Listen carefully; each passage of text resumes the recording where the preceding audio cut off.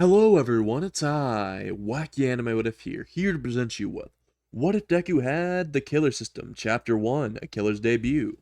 The what if starts with the 14-year-old Izuku Midoriya laying down on the floor in his room, asleep. The thing is, after a few moments when he wakes up, he has eyes void of emotion, very hollow.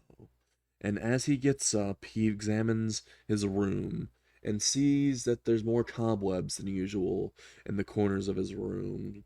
And he can even see a few spiders crawling. He even sees the mold in the right corner of the room is expanding more.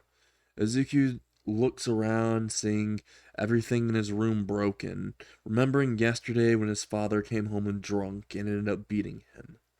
He ends up looking directly at his shirt. He ends up taking it off and looking at his body. He sees the bruises all over his body and the scars from Bakugo when he ended up burning him with his quirk. After all, the many explosions did leave burn marks, and when they impacted, they did damage him quite bad. As Izuku stares at his body, he can't help but to be disgusted with himself. And Izuku sees the scars that were caused by blades, knives specifically. And then he remembers Bakugo's goon, Bob. He always had a sadistic smile whenever Bakugo and him ended up beating him to a pulp.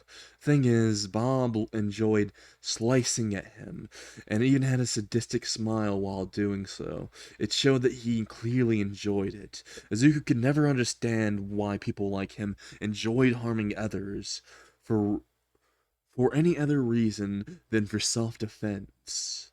Izuku could never really understand people like them, or at least that's what he would say in the past.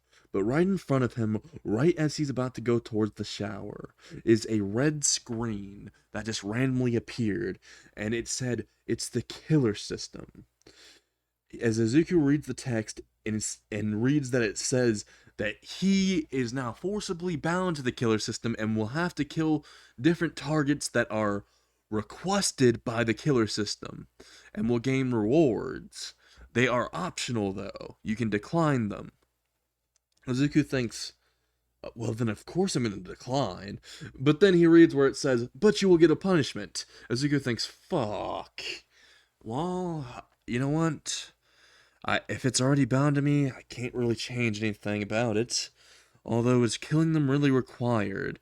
As Izuku says this, the system actually talks by itself and says, of course it's required, you dumbass. That's why I picked you. After all, I am a self-aware system. I was made by some sadistic creator, and this sadistic creator let me have self-conscious and just told me to ruin as many people's lives as possible. And I make people do this. I also make sure it's people like you who would never killed anyone before, as it's always fun turning someone so innocent into a mass murderer. So that's my objective. You also get a lot of rewards for completing the quests. Here's your first quest. As the system pops up a quest for him to kill his own father. Izuku says, no, I won't do it. And as Izuku says this, the system says, oh, really? Well, look at the penalty then. Izuku looks at the penalty, and the penalty says that if Izuku does not kill his father in the next 20 minutes, then his father will end up killing him by strangulation. And Ezekiel, seeing this, ended up having his eyes widen as he hears his father, that's directly outside the bathroom, say, hey, go ahead and take a shower and come on downstairs. After all, I want you to go ahead and make some breakfast for me, you fucking useless bastard. After all, that's all you're good for, you quirkless jackass. And as his father ended up saying this and walking down the stairs, and his mom ended up saying, so, what's Izuku doing up there? Is he, well, trying to call for help again? And Izuku can hear his father from downstairs say, "No, he wouldn't try. After all, it's not like anyone would care. I mean, honestly, I could kill him and no one would care." Izuku feels an overwhelming amount of rage. It's as if all the emotions that he was building up ended up bursting out of him. And Izuku looked towards the system and said, "You know what?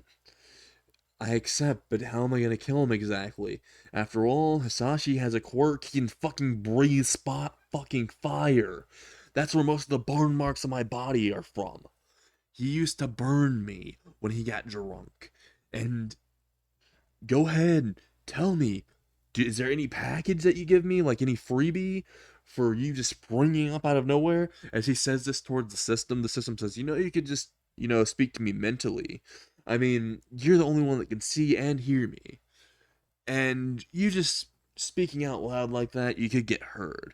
But I'll go ahead and tell you this. There is one. You get to spend. You could spend for a serial killer item, a serial killer ability, or serial killer character. It's all random and it's all up to chance. You just gotta go ahead and spend your one freebie. Go ahead and spend." Azuku sees the system screen in front of him turn into a slot machine, and it has a giant spin button. And Azuku just goes ahead and touches the screen where it shows spin, the spin button. And as he presses it, he sees the slot machine just go rapidly through many different fictional murderers and serial killers, and even non-fictional ones. And Izuku swore that he fucking saw Ghostface in one of them. And it almost landed on Ghostface for all three, but it spun to the next one, which was a fucking Death Note.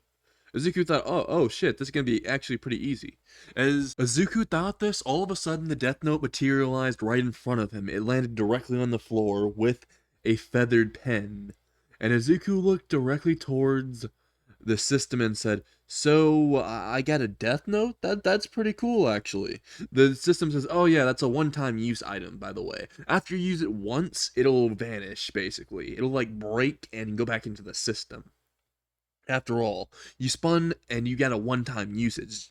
You didn't get the whole item. There's a difference." And Izuku says, "Oh, that's some bullshit." As he picks up the Death Note and picks up the feathered pen, he immediately opens it and writes down that Hisashi Midoriya dies by engaging a death battle with Inko Midoriya. And as Izuku wrote this, the next instant that he blinked, the Death Note was gone, so was the pen. The system says it was done. Also, you're probably gonna wanna have to leave really, really quickly. After all, you don't wanna be here in 10 minutes when that bloodbath starts. After all, that would incriminate you.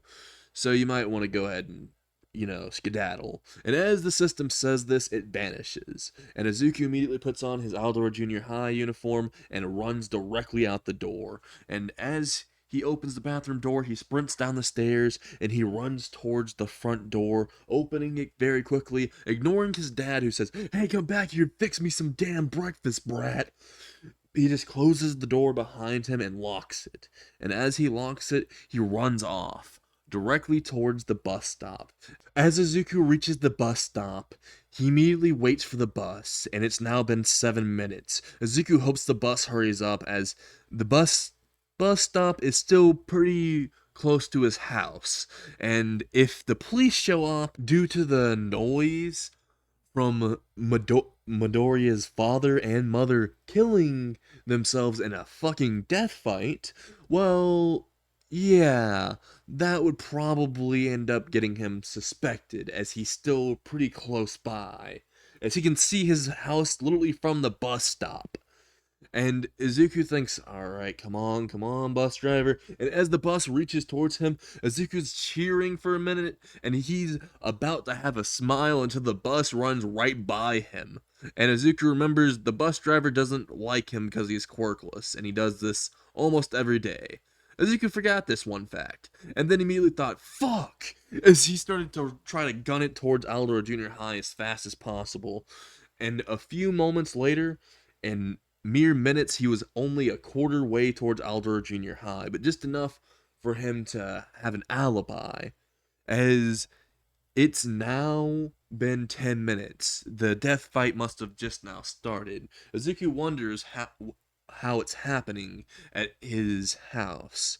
He's very curious about if Inko will live or not, though. After all, he knows that Hisashi will die, as he wrote his death in the notebook. Izuku just decides to just shrug his shoulders and say, oh well, as he's walking towards Aldera Junior High. Meanwhile, currently, Hisashi is at the Midoriya residence, currently trying to stab Inko, and as Inko is trying to dodge, all of a sudden, Hisashi spits fucking fire directly into her face, making her face burn. As the fire burns her face, she screams in agony as her face starts to melt off from the fire.